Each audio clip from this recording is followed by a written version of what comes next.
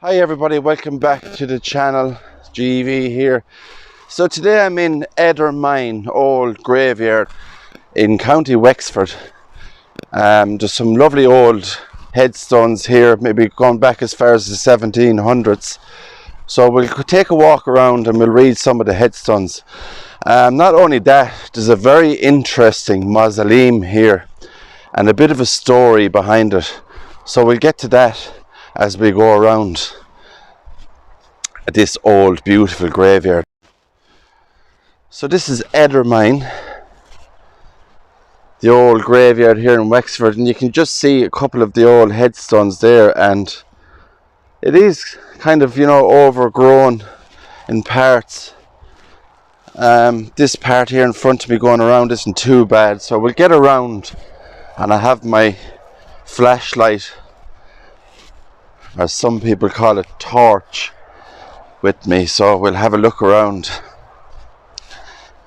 And I just see one down the end here, so we'll go to this one down here first and read it. Now, the story about the mausoleum here, I was speaking to a local man earlier on, and he was telling me the story about the mausoleum. So the story goes about the mausoleum is that there's a family was buried in there, but he was telling me that they were moved out of the mausoleum in the early 1980s. So I found that interesting, so we will go over and have a look at that mausoleum.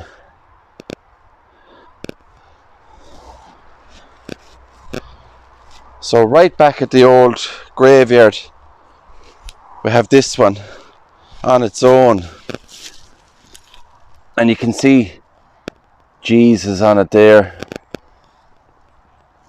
and a beautiful statue, stone, little statue inside, a miniature one in the middle of it there, in loving memory of Miles Hughes, who died November the 21st, 1902, aged 66 years old. Isn't that lovely? With that little miniature stone statue and the crucifix at the top of it. And as I was saying, it's just on its own there in the graveyard. So there is a lot of old stones here. Now just over there is that mausoleum I was talking about, so we will get around and have a look at that mausoleum. So it's kind of cold today, not too bad, the sun is shining. We're lucky for the month of November that we have the sun shining really, and it's not that cold. The grass is long here, as we've seen before in the graveyards. Needs a bit of work and a bit of TLC.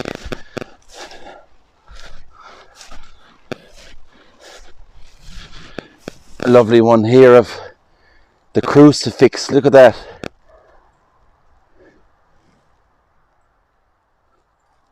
Could be Mary Magdalene there on the left.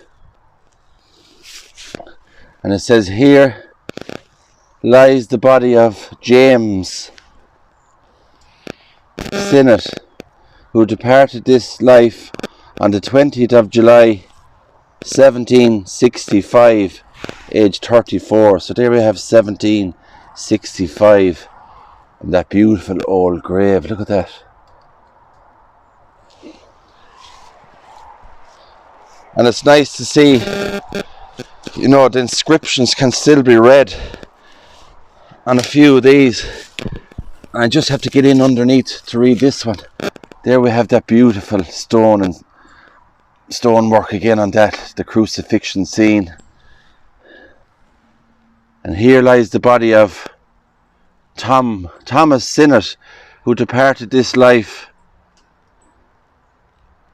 on the 23rd of March 1785, age 64. Also Mogue, that looks like M-O-G-U-E. I've never heard of that name, Sinnott. 93, aged 35 years old. So the old graveyard here, as you can see, look at all those leaves falling off the trees. Some lovely scenery around the old graveyard.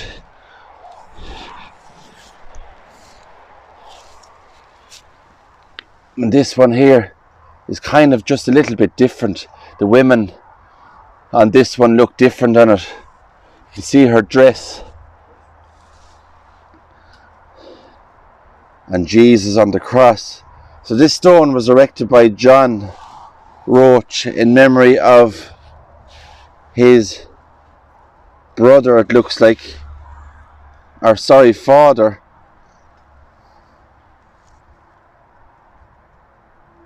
Alec, Alec Roach, and March the 27th, 1801, age 70.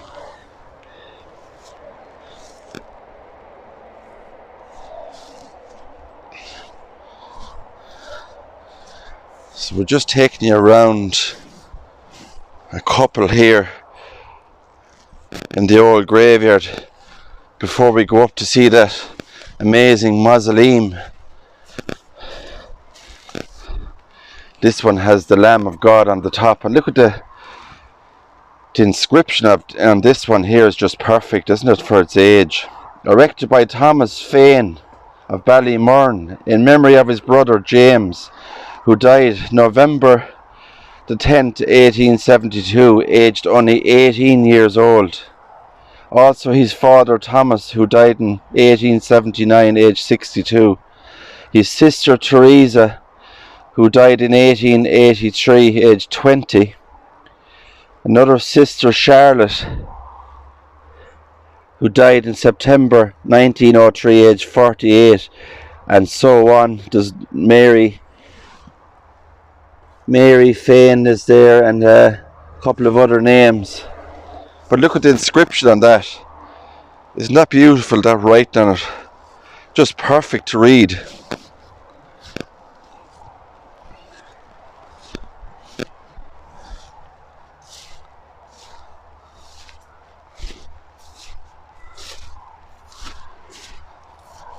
We have an old Celtic cross here. And some ivy has covered that, but it looks like the name on that is William. And William died aged 44 in January, and I can't see the date on that with the ivy, and I don't really want to take the ivy off it, because they do say the ivy actually protects the stone, you know. Another old one here, the body of Michael Gaffney, who departed this life in March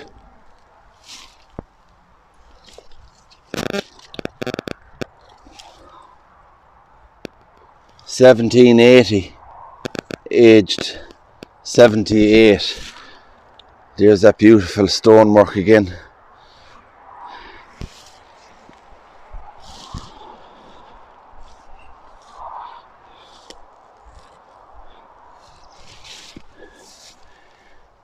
The body here lies the body of Peter Murphy, who died May the 7th, 1770, aged 29 years old. Look at that, guys. 1770, aged 29 years old. And the headstone looks like it was only made yesterday. It's amazing. Here lies the body of Catherine Murphy, who died in 1771, aged 62 years old.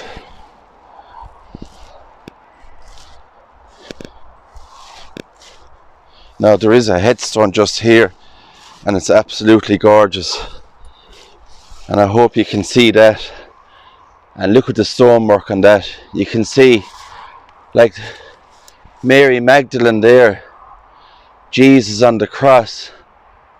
Then you have an angel just there either side with those beautiful wings. Look at that.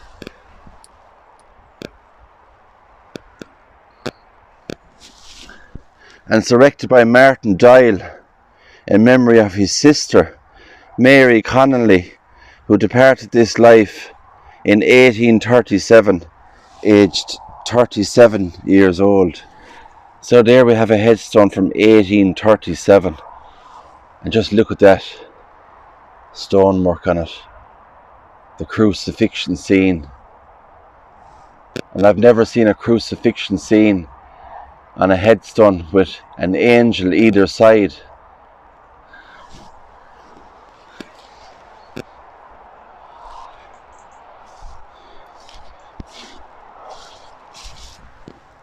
And this is an old one here. Here, like the body of O'Connor is the name, who departed this life in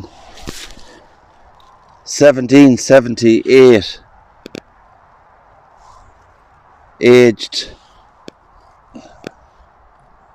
it looks like 33 years old on that. So guys, I'll take you back up. They're just a couple of old 1700s ones I wanted to show you on my trip along the way there. Beautiful old headstones, 1800s, 1700s. Some lovely stonework on them. And you can just about see on that one there is a face inside of that. And it's kind of covered over a bit, but you can see a face and the stonework of it. Now, there is newer graves in here, but not many. As you can just see there, there is a couple, there's a bench there. So there is people still being buried here. And we have a lovely grave here with the Irish flag on it. And while I'm here, I'll read what it says. In loving memory of Brenda Myton, who died the 11th of July 2015, aged only 58 years old. And a beautiful headstone Brenda has. And a beautiful photograph of Brenda also.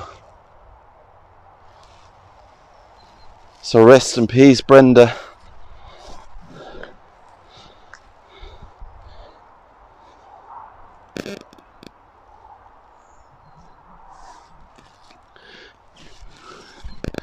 Look at this old wrought iron here. Around this, oh, this is completely overgrown. This one, look at all that growth inside.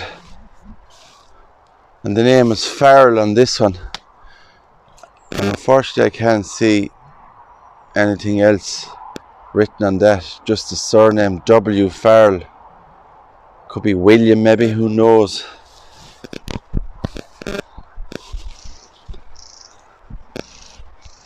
So this is the old graveyard here, it's called Edermine.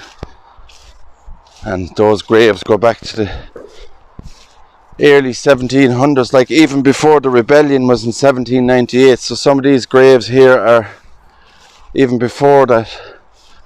So that's how old they're. You can see some on the ground there, stone slab ones. Another one just here. Dennis Myrna, who departed this life on the 6th of May 1800, age 87 years old. Also his wife Joanna, and she died on the 25th of March 1784, age 48 years old. And there we have that beautiful angel again at the top of it. So I'm going to try and make my way over, because you can just see where I'm walking and the length of the grass that I'm going through here, and it is very, very wet, the grass, but that's what you have to go through and the effort you have to make to find these beautiful places and bring them back to light so people can hear these people's names read out aloud once more.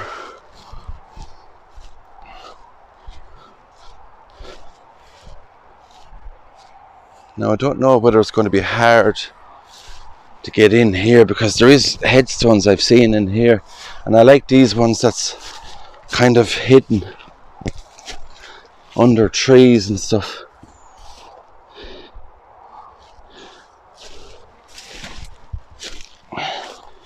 And there is one just hidden in here, guys. Catherine, or Callahan is the name, Richard I think. Callahan, 1828, aged 3 years old. And you can just see there how it's covered. Completely covered just in there.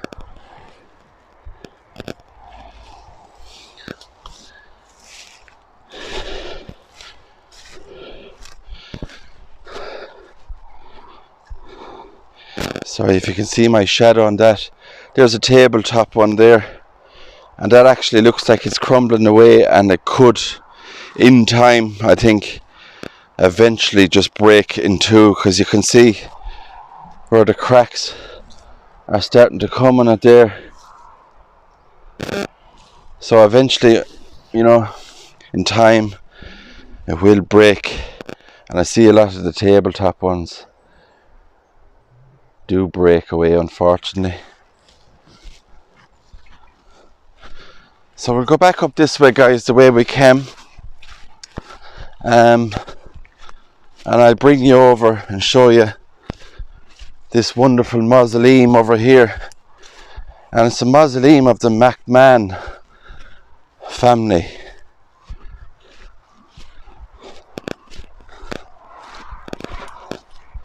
And I believe the story goes that allegedly it houses the remains of Ross McMah, who was a civil engineer. And the mausoleum dates back as far as 1853.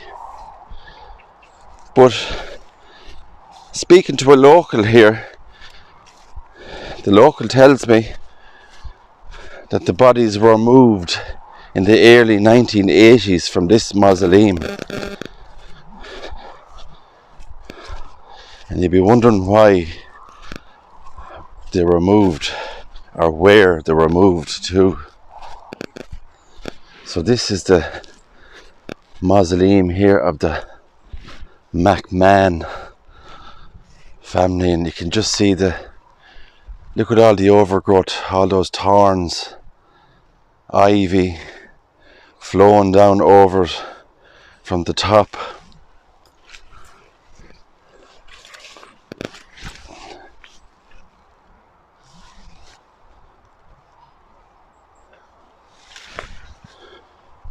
So we'll go and have a closer look.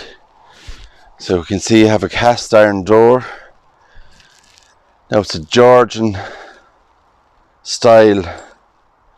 Gothic style mausoleum with a granite slab roof on it and a cast iron door. And if you just look at the name on it there, it says Poundin 1853. And just look at the size of the padlock on that and the bar that goes across. But the strange thing about it is we have the name on the top there, J. Donnelly Wexford.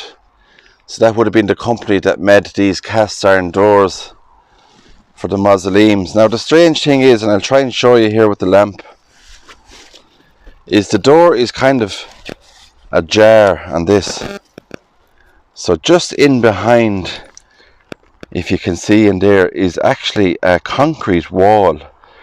So at one time or another, this door was opened. You can just see there how far it is actually opened and how much of a gap there is in it there. So there is a concrete wall behind it, so the door was opened and they blocked it up then afterwards. You know, so I'm just wondering if the door was blocked up afterwards and bodies were moved from here in the early 1980s, would they have blocked up this door? Now, I'm just going by what that man told me. That man lives around here in the area all his life, and he remembers, he said in the 1980s, that the coffins and the bodies, he said, were moved from here. Now, the other thing about this mausoleum is there's a door that we were just looking at, but there's also another door just at the very back of it.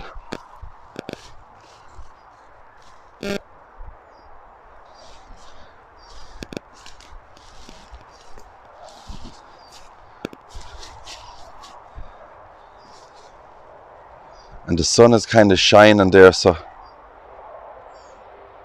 I'm going to try and give you the best view I can. Now, the door is not ajar on this side, because we can see the gap is not as much, but it's also blocked. You can barely see just behind in there. That looks like to be, there could be another wall behind that was also blocked up. And there we have the family name, as I was just talking about, Ross McMahon. 1853, the McMahon name is on it. He was a civil engineer, and he was also part, I think, of politics and stuff like that. So that's the cast iron door on it there, the McMahon mausoleum. And I'll try and get out of the sun so you can have a better look. But that just looks amazing, doesn't it? Look at that cast iron door, the old ivy over it. And who knows, guys, the story goes that they were moved from there in the early 1980s. And you know, maybe when they were taken out of there, it's no longer in use, so they blocked it up. But it's interesting. Very old. 1853.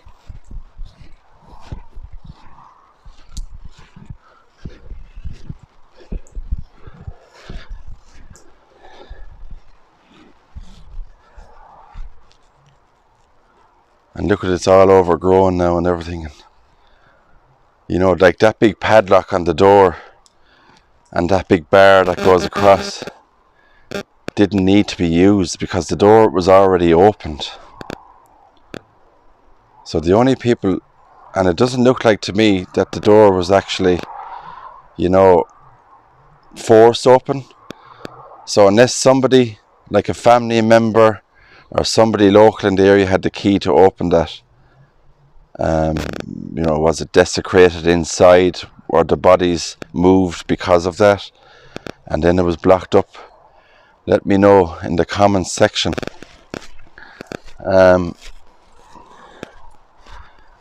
So that's the Edermine old graveyard here. We have a stone slab here to the memory of Eliza, the beloved wife of or Lonsdale Poundon of Dublin, who departed this life 1836. So the name on that is Poundon. So there we have that name, Poundon, on that stone slab. And we have Poundon there. So there's two family members in that, on that name on the doors. You have Poundon on that side, and the other side of the mausoleum we have McMahon. So there's the connection. There's the connection just there. The name Poundon. Eliza Poundon is laid to rest there. So she's part of the family name. And we have another one here, erected by Anne Martin of Enniscorthy in memory of her beloved husband Thomas Martin, departed this life in 1848. So I wouldn't think that these are anything got to do with the people in the, you know, or that mausoleum there.